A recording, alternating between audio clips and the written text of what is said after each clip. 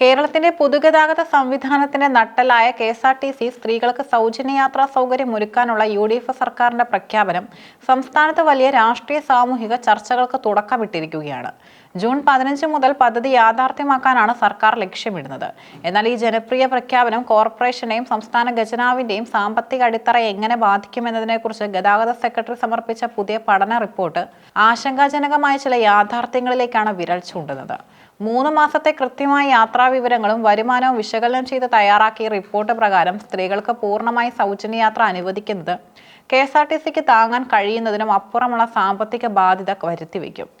കെ.എസ്.ആർ.ടി.സിയിലെ ചരിത്രത്തിൽ ആദ്യമായി യാത്രക്കാരുടെ ലിംഗഭേദം അനുസരിച്ചുള്ള കണക്കുകൾ കൃത്യമായി ശേഖരിച്ചാണ് ഗതാഗത വകുപ്പ് ഈ പഠനം നടത്തിയത്.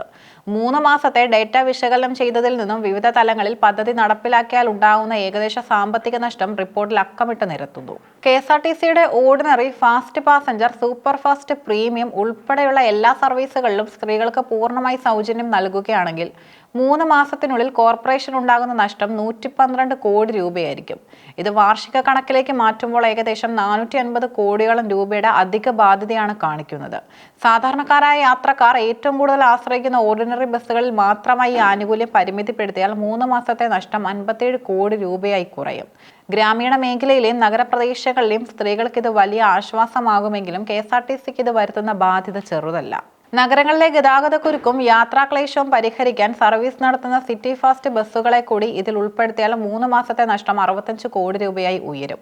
ദൂരയാത്രകൾക്ക് സ്ത്രീകൾ വ്യാപകമായി ഉപയോഗിക്കുന്ന സൂപ്പർ ഫാസ്റ്റ് വരെയുള്ള സർവീസുകളിൽ സൗജന്യം അനുവദിച്ചാൽ കോർപ്പറേഷന് വരാവുന്ന നഷ്ടം 90 കോടി രൂപയാണ്. കെ.എസ്.ആർ.ടി.സിയിൽ പുതിയതായി നടപ്പിലാക്കിയ ജെൻഡർ ടിക്കറ്റിംഗ് സംവിധാനമാണ് ഈ റിപ്പോർട്ട് ഇത്ര കൃത്യതയോടെ തയ്യാറാക്കാൻ സഹായിച്ചത്.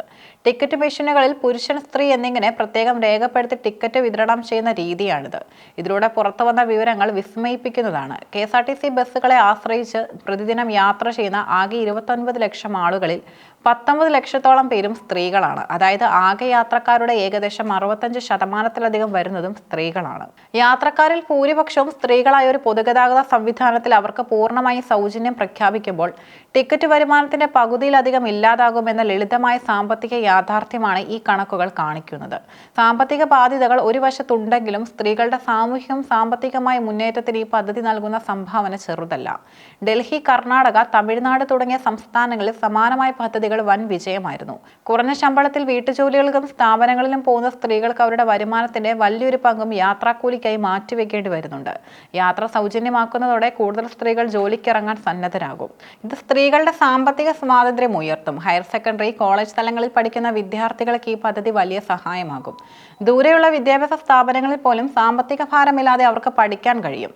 സ്വകാര്യ വാഹനങ്ങളെക്കാളും ഓട്ടോറിക്ഷകളെക്കാളും സ്ത്രീകൾക്ക് എപ്പോഴും സുരക്ഷിതം പൊതു ബസ്സുകളാണ്. സൗജന്യയാത്ര ലഭ്യമാകുന്നതോടെ സ്ത്രീകൾ കൂടുതൽ സുരക്ഷിതമായി കെ.എസ്.ആർ.ടി.സി ആശ്രയിക്കും.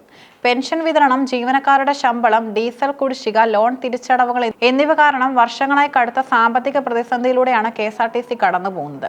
ഈ സാഹചര്യത്തിൽ പുതിയൊരു ബാധ്യത കൂടി വരുന്നത് കോർപ്പറേഷന്റെ നിലനിൽപ്പിനെ തന്നെ ബാധിച്ചേക്കാം.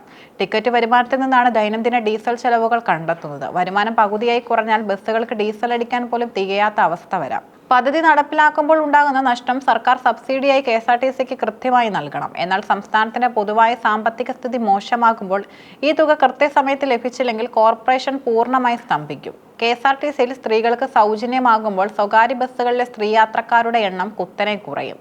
ഇത് കേരളത്തിലെ സ്വകാര്യ ബസ് വ്യവസായത്തെയും തകർച്ചയിലേക്ക് നയിച്ചേക്കാം. ജൂൺ 15-നകം പദ്ധതി നടപ്പിലാക്കണമെങ്കിൽ ഗതാഗത സെക്രട്ടറിയുടെ റിപ്പോർട്ട് മുൻനിർത്തി സർക്കാർ ചില കടുത്ത തീരുമാനങ്ങൾ എടുക്കേണ്ടി വരും. അവയിൽ ചില മാർഗനിർദ്ദേശങ്ങൾ ഇവയാണ്. ഘട്ടം ഘട്ടമായുള്ള നടപ്പാക്കൽ. ആദ്യഘട്ടത്തിൽ ഓർഡിനറി ബസ്സുകളിൽ മാത്രം സൗജന്യം അനുവദിക്കുക.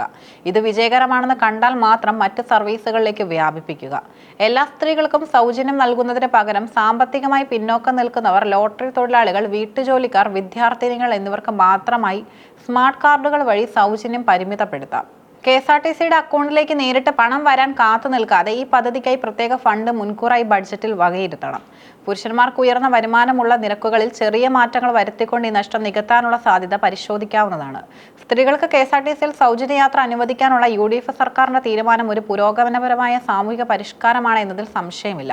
എന്നാൽ ഗതാഗത സെക്രട്ടറിയുടെ റിപ്പോർട്ട് ചൂണ്ടിക്കാണിക്കുന്ന സാമ്പത്തിക യാഥാർത്ഥ്യങ്ങളെ കണ്ണടച്ചിരുട്ടാക്കാൻ സർക്കാരിന് കഴിയില്ല.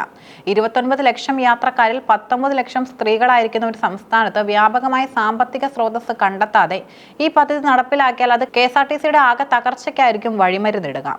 വരാനിരിക്കുന്ന മന്ത്രിസഭാ യോഗത്തിൽ ഈ റിപ്പോർട്ടിന്മേൽ ഉണ്ടാകുന്ന ചർച്ചകളും തീരുമാനങ്ങളുമാണ് നിർണായകം.